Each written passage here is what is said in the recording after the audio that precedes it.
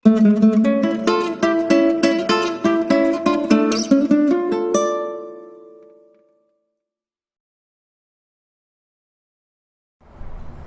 Students, আশা করি তোমরা সবাই খুব ভালো আছো।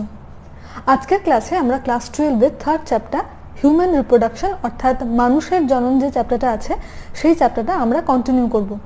আমাদের এই চ্যাপ্টারের ওপর দুটো ক্লাস রয়েছে, যেখানে আমরা প্রথম দিন একটু ইন্ট্রোডাক্টরি পার্ট এবং মেল রিপ্রোডাক্টিভ সিস্টেম সম্বন্ধে পড়েছিলাম এবং সেকেন্ড ক্লাসে আমরা ফিমেল রিপ্রোডাক্টিভ সিস্টেম সম্বন্ধে পড়েছিলাম। আজকে আমরা যেটা পড়বো সেটা হচ্ছে গ্যামেটোজেনেসিস, অর্থাৎ গ্যামেট কিভাবে উৎপন্ন হচ্ছে সেই প্রক্রিয়াটা। তার মধ্যে আমরা মেনলি আজকে আমরা মেল গ্যামেট অর্থাৎ স্পার্ম প্রোডাকশন বা স্পার্মাটোজেনেসিস সম্বন্ধে পড়বো। তো আজকের ক্লাসটা শুরু করা যাক। প্রথমেই আমরা যেটা দেখব সেটা হচ্ছে, আমরা জানি যে দ্য প্রাইমারি সেক্স অর্গানস সেটা হচ্ছে মেলদের ক্ষেত্রে টেস্টিস এবং ফিমেলদের ক্ষেত্রে অর্থাৎ স্ত্রীদের ক্ষেত্রে সেটা হচ্ছে ওভারি। মেলদের যে প্রাইমারি সেক্স অর্গান টেস্টিস বা শুক্রাশয়, সেখান থেকে যে গ্যামেটটা উৎপন্ন হচ্ছে তাকে বলা হচ্ছে, সেটার নাম হচ্ছে স্পার্ম, এবং ওভারি বা ডিম্বাশয় থেকে যে গ্যামেটটা উৎপন্ন হয় সেটার নাম হচ্ছে ওভাম, সেটা আমরা জানি। এই যে মেলদের ক্ষেত্রে টেস্টিস থেকে যে স্পার্ম প্রোডাকশন হয়, স্পার্ম ফর্মেশন হয়, সেই প্রক্রিয়াটার নাম হচ্ছে কি না, সেটার নাম হচ্ছে স্পার্মাটোজেনেসিস, যেটা আজকে আমাদের মেন পড়ার বিষয়।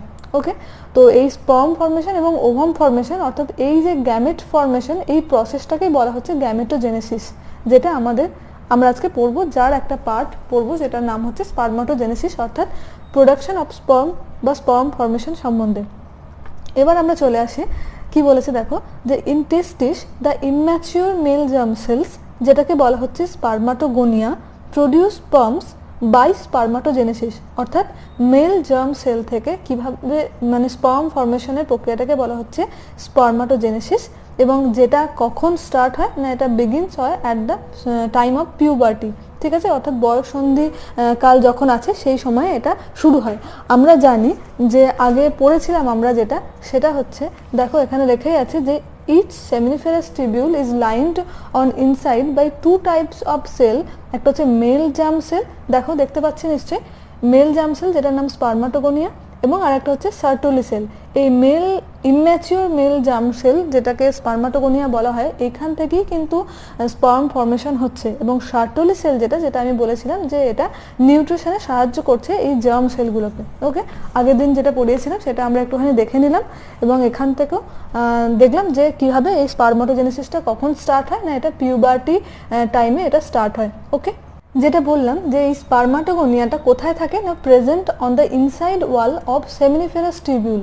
সেমিনিফেরাস টিউবিউল মানে হচ্ছে শুক্রাণু উৎপাদক নালিকা, অর্থাৎ যে টেস্টিসটা ছিল, টেস্টিসের মধ্যে আমরা দেখেছিলাম কতগুলো প্রকোষ্ঠ, যেখান থেকে উৎপন্ন হচ্ছে সেমিনিফেরাস টিউবিউল। ওকে, তো সেই সেমিনিফেরাস টিউবিউলের মধ্যে থাকে এই স্পার্মাটোগোনিয়া বা মেল জার্ম সেলটা, যেখান থেকে স্পার্ম ফর্মেশন হচ্ছে।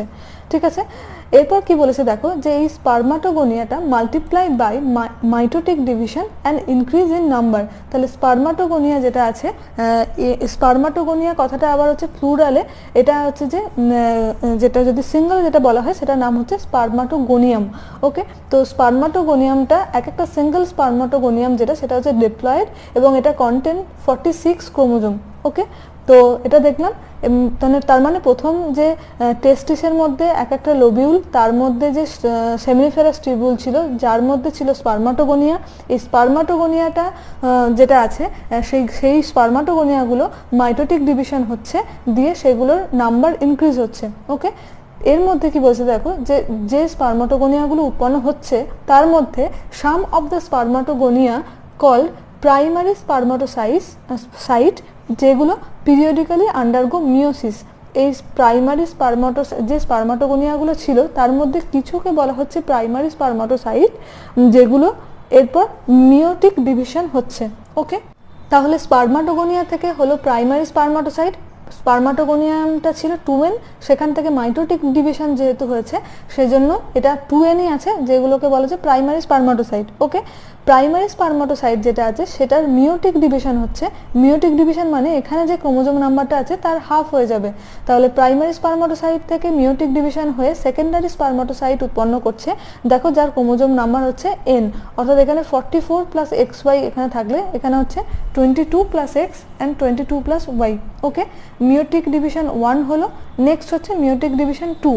ওকে, মিওটিক ডিভিশন 2 হওয়ার পর এখানে এন থেকে দুটো আর এখান থেকে এন থেকে দুটো, অর্থাৎ টোটাল 4টে স্পার্মাটিড উৎপন্ন হচ্ছে। এগুলোকে বলা যায় স্পার্মাটিডস। স্পার্মাটিডগুলো তাহলে ক্রোমোজোম নাম্বার হ্যাপ্লয়েড, সেকেন্ডারি স্পার্মাটোসাইটের ক্রোমোজোম নাম্বার হ্যাপ্লয়েড, প্রাইমারি স্পার্মাটোসাইটটা হচ্ছে 2n বা ডিপ্লয়েড। ওকে, এবার স্পার্মাটিড যেটা উৎপন্ন হলো সেটা স্পার্মিওজেনেসিস প্রসেস হচ্ছে, দিয়ে উৎপন্ন হচ্ছে স্পার্মাটোজোয়া বা স্পার্ম। ওকে, এবং after spermiogenesis sperm heads become embedded in the Sertoli cells. এই যে স্পার্ম যেগুলো উৎপন্ন হলো তার হেড পোর্শনটা এমবেডেড হয় সার্টোলি সেলের মধ্যে, সার্টোলি কোষের মধ্যে, অ্যান্ড আর finally release from the seminiferous tubule by the process call স্পার্মিয়েশন।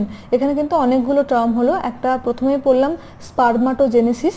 Spermatogenesis মানে কি বললাম, যে স্পার্ম ফর্মেশনটাকে বলা হচ্ছে, স্পার্মাটোগোনিয়া থেকে স্পার্ম ফর্মেশনটাকে বলা হচ্ছে স্পার্মাটোজেনেসিস।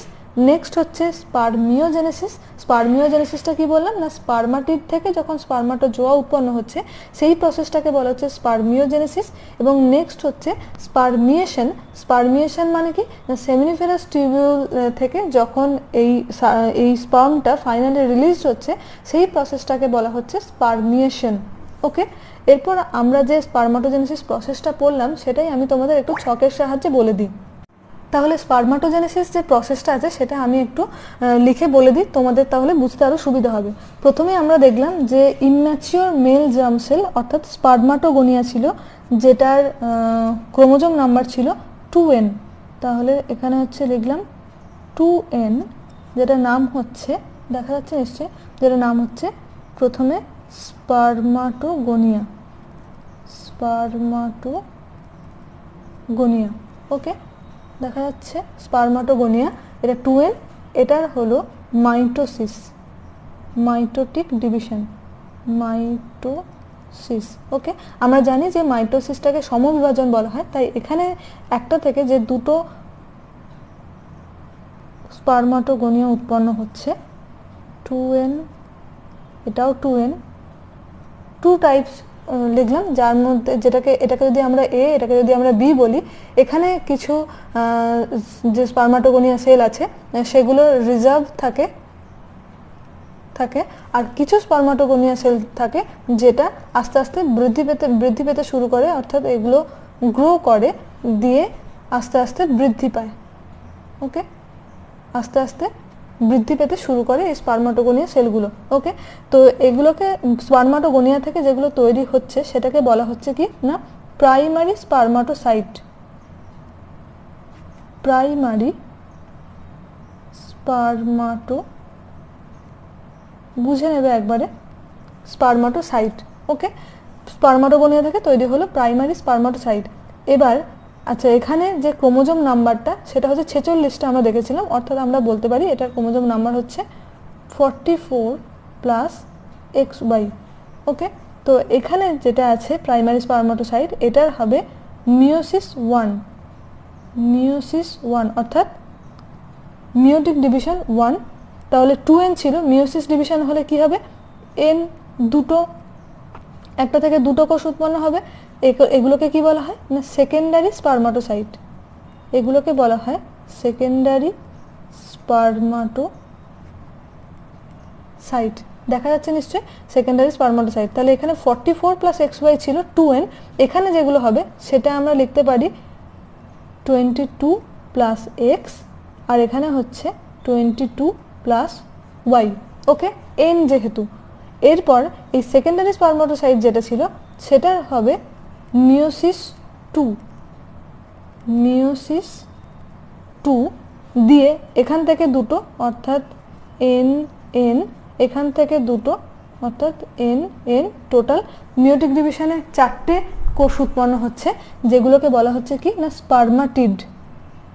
এগুলোকে বলা হয় স্পার্মাটিডস হয়েছে, যার মধ্যে এগুলো হচ্ছে 22 প্লাস X, এগুলো হচ্ছে 22 প্লাস Y। ঠিক আছে, এখান থেকে কিছু, এখান থেকে কিছু, এরকম উৎপন্ন হলো। এই স্পার্মাটিড থেকে স্পার্মিওজেনেসিস প্রক্রিয়ায় উৎপন্ন হয় কি না স্পার্মাটোজোয়া। তাহলে এখান থেকে যেটা লিখবো সেটা হচ্ছে স্পারমিওজেনেসিস। এই টার্মগুলো বারবার বলছি, মনে রাখবে। কোথায় স্পারমিওজেনেসিস, কোথায় স্পারমাটোজেনেসিস, এই টার্মগুলো কিন্তু তোমাদের মনে রাখতে হবে, ঠিক আছে। এটা হচ্ছে স্পারমিওজেনেসিস দিয়ে কি উৎপন্ন হচ্ছে, এখানে স্পারমাটোজোয়া বা স্পার্মগুলো দেখতে কীরকম হয়, এরকম মতো। স্পার্মের গঠন আমরা পড়ব, এরকম স্পার্ম উৎপন্ন হয় যেগুলোকে স্পারমাটোজোয়া বা স্পার্ম বলা হয়। তাহলে এই যে স্পারমাটোগোনিয়া থেকে স্পার্ম ফরমেশনের যে প্রক্রিয়া, সেই প্রসেসটাকে বলা হচ্ছে কি না স্পারমাটোজেনেসিস। একবার তোমরা ভালো করে দেখে নাও, দিয়ে এবার বলো তোমরা বুঝতে পারছো কি না। এখান থেকে যেগুলো আরও মনে রাখা, সেখানে হচ্ছে যে ক্রোমোজোম নাম্বারগুলো। স্পারমাটোগোনিয়া যেটা, সেটা ক্রোমোজোম নাম্বার 2n, বারবার বলে দিচ্ছি। প্রাইমারি স্পারমাটোসাইট যেটা, সেটা হচ্ছে 2n অর্থাৎ ডিপ্লয়েড। তারপর সেকেন্ডারি স্পারমাটোসাইট হচ্ছে n বা হ্যাপ্লয়েড। নেক্সট স্পারমাটিড যেটা, সেটাও হচ্ছে হ্যাপ্লয়েড। এবং স্পার্ম যেগুলো, সেগুলোও হচ্ছে n বা হ্যাপ্লয়েড, এটাও হচ্ছে n বা হ্যাপ্লয়েড, ঠিক আছে। একটু ভালো করে দেখে নাও এটা। যদি তোমরা এটুকু বুঝতে না পারো, তাহলে তোমরা আবার আমাকে বলবে, আমি আবার একবার তোমাদের বলে দেবো অবশ্যই নেক্সট ক্লাসে। তোমরা একটু ভালো করে দেখে নাও। আমরা তো এখানে এনসিইআরটি লাইন ধরে পরপর পড়ছি, তো এনসিইআরটিতে যেরকমভাবে লেখা আছে সেটাই আমি এখানে লিখেছি আমার মতো করে, যাতে তোমাদের বোঝাতে সুবিধা হয়। ওকে, তো স্পারমাটোজেনেসিস প্রসেসটা যেটা আমরা পড়লাম, সেই প্রসেসটা স্টার্টস হয় বলেছি যে at the age of puberty. কেন পিউবার্টিতে স্টার্ট হয় না, due to significant increase in the secretion of gonadotropin releasing hormone, যেটাকে শর্টে বলা হয় GnRH, গোনাডোট্রপিক হরমোন, ঠিক আছে। গোনাডোট্রপিন রিলিজিং হরমোনের প্রভাবে এই স্পারমাটোজেনেসিসটা পিউবার্টি টাইমে আর কি এটা স্টার্ট হয়। ওকে, স্পার্ম ফর্মেশন স্টার্ট হয় আমরা বলতে পারি। তো এই GnRH যেটা, সেটা কোথায় কাজ করে, দেখো লেখা রয়েছে acts at the anterior pituitary gland, এখানে কাজ করে। বা এই GnRH যেটা, সেটা স্টিমুলেটস করছে সিক্রেশন অফ 2 গোনাডোট্রপিন, যেটার নাম হচ্ছে লিউটিনাইজিং হরমোন, এবং আরেকটা হচ্ছে ফলিকল স্টিমুলেটিং হরমোন, যেটাকে LH বা লিউটিনাইজিং হরমোন, এবং FSH যেটাকে বলা হলো ফলিকল স্টিমুলেটিং হরমোন। ওকে, এই যে LH বা লিউটিনাইজিং হরমোন যেটা বললাম, সেটা আবার কোথায় কাজ করে না acts at the Leydig cell, যেটাকে আমরা বলেছিলাম ইন্টারস্টিসিয়াল সেল, সেই লেডিক সেল, অ্যান্ড স্টিমুলেট করছে synthesis and secretion of androgen, বা যেটাকে বলা হচ্ছে টেস্টোস্টেরন হরমোন, যেটা স্টিমুলেট করছে কি না প্রসেস অফ স্পারমাটোজেনেসিস, অর্থাৎ এই স্পারমাটোজেনেসিস প্রসেসটাতে সাহায্য করছে এই LH হরমোন। কিভাবে সাহায্য করছে বললাম না, এই লিউটিনাইজিং হরমোনের প্রভাবেই কিন্তু এই লেডিগের সেল বা লেডিগের আন্তর্কোষ যেটাকে বলা হচ্ছে, সেটা টেস্টোস্টেরন হরমোন ক্ষরণে সাহায্য করে। ওকে, অপরদিকে যে FSH হরমোন বা ফলিকল স্টিমুলেটিং হরমোন, এটা কোথায় কাজ করে না acts on the Sertoli sell and stimulates secretion of some factors which help in the process of spermiogenesis। কোথায় সাহায্য করে না স্পারমিওজেনেসিস। স্পারমিওজেনেসিস মানে কি বলেছিলাম আমি আরেকবার বলি, স্পারমাটিড থেকে স্পারমাটোজোয়া, ঠিক আছে। স্পারমাটিড থেকে স্পার্ম তৈরির যে প্রসেসটা, তাকে বলা হচ্ছে স্পারমিওজেনেসিস। বারবার তোমাদের বলছি আমি যে স্পারমাটোজেনেসিস, স্পারমিওজেনেসিস, স্পারমিয়েশন, এই টার্মগুলো কিন্তু তোমরা মনে রাখবে। আর একটা কথা যেটা, সেটা হচ্ছে যে স্পারমাটোজেনেসিস, স্পারমিওজেনেসিস এর মানে হচ্ছে কিছু উৎপন্ন হচ্ছে। স্পারমাটোজেনেসিস মানে হচ্ছে স্পারমাটোগোনিয়া থেকে তৈরি হচ্ছে স্পার্ম, আর স্পারমিওজেনেসিস মানে স্পারমাটিড থেকে তৈরি হচ্ছে স্পার্ম বা স্পারমাটোজোয়া। ওকে, তো এই টার্মগুলো তোমাদের একটু মনে রাখতে হবে, কিছু করার নেই। ওকে, তাহলে একটু আগেই আমরা যেটা পড়লাম, সেটা যদি আমরা একটা ফ্লো চার্টের সাহায্যে দেখে নিই, তাহলে তোমাদেরও বুঝতে সুবিধা হবে। তোমরা এরকম করে একটু লিখে নিও তোমাদের খাতায়। আমাদের PDF তো থাকবেই, ডেসক্রিপশন বক্সে দেওয়া থাকবে। তো আমরা দেখে নিই একবার ফ্লো চার্টটা, যাতে তোমাদের বুঝতে সুবিধা হয়। তো হাইপোথ্যালামাস থেকে উৎপন্ন হচ্ছে GnRH বা গোনাডোট্রপিক হরমোন, যেটা কোথায় কাজ করে না অ্যাক্টস অন, দেখো অ্যান্টেরিয়র পিটিউটারি গ্ল্যান্ড কাজ করে, ঠিক আছে। এবং এই অ্যান্টেরিয়র পিটুইটারি গ্ল্যান্ড থেকে যে দুটো হরমোন সিক্রেশন হয়, সেটা হচ্ছে LH বা লিউটিনাইজিং হরমোন, এবং আরেকটা হচ্ছে FSH বা ফলিকল স্টিমুলেটিং হরমোন।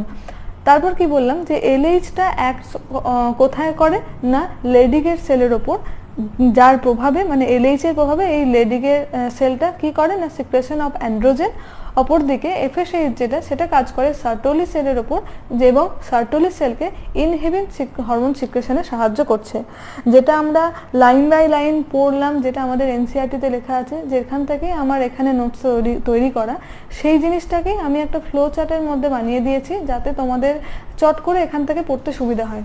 ঠিক আছে? আর তোমরা পড়ার সময় এরকম করেই পড়বে, যাতে করে তোমাদের মনে রাখতে সুবিধা হয়। পরপর লাইন ধরে পড়লে কিন্তু মনে রাখতে একটু অসুবিধা হয়। ঠিক আছে? তোমরা এইভাবে একটা করে ফ্লো চার্ট বানিয়ে নেবে, দিয়ে এইভাবে তোমরা পড়বে, এবং যাতে করে তোমাদের মনে রাখতে সুবিধা হয়। তাহলে আজকের ক্লাসে আমরা গ্যামেটোজেনেসিসের মধ্যে শুধু স্পার্মাটোজেনেসিস প্রক্রিয়াটা পড়লাম। এইটুকুর মধ্যে যদি তোমাদের কিছু বুঝতে অসুবিধা হয় তাহলে তোমরা অবশ্যই আমাকে কমেন্ট করে জানাবে। তোমাদের প্রত্যেক ভিডিওর নিচে ডেসক্রিপশন বক্সে আমাদের টেলিগ্রাম চ্যানেলের লিঙ্ক দেয়া থাকে, যেখানে তোমরা জয়েন হতে পারো, এবং সেখানেও তোমরা জানাতে পারো তোমাদের ক্লাসগুলো কীরকম লাগছে কি না। এবং বারবার বলছি, তোমাদের যদি অন্য কিছু কোয়েশ্চেন থাকে বা বুঝতে অসুবিধা থাকে পড়তে গিয়ে, সেগুলো তোমরা আমাকে টেলিগ্রাম চ্যানেলে জানাতে পারো। আমি যতটা পারবো, যতটা চেষ্টা করব তোমাদেরকে সাহায্য করার। ঠিক আছে? তো তোমাদের যদি এই ক্লাসগুলো, অর্থাৎ বায়োলজি স্টাডি মেটের ক্লাসগুলো তোমাদের যদি ভালো লেগে থাকে, তোমাদের বন্ধু বান্ধবদের সঙ্গে চ্যানেলটা যতটা পারো তোমরা শেয়ার করো। ওকে, তো ঠিক আছে, দেখা হবে পরের ক্লাসে। ততদিন তোমরা সবাই খুব ভালো থেকো।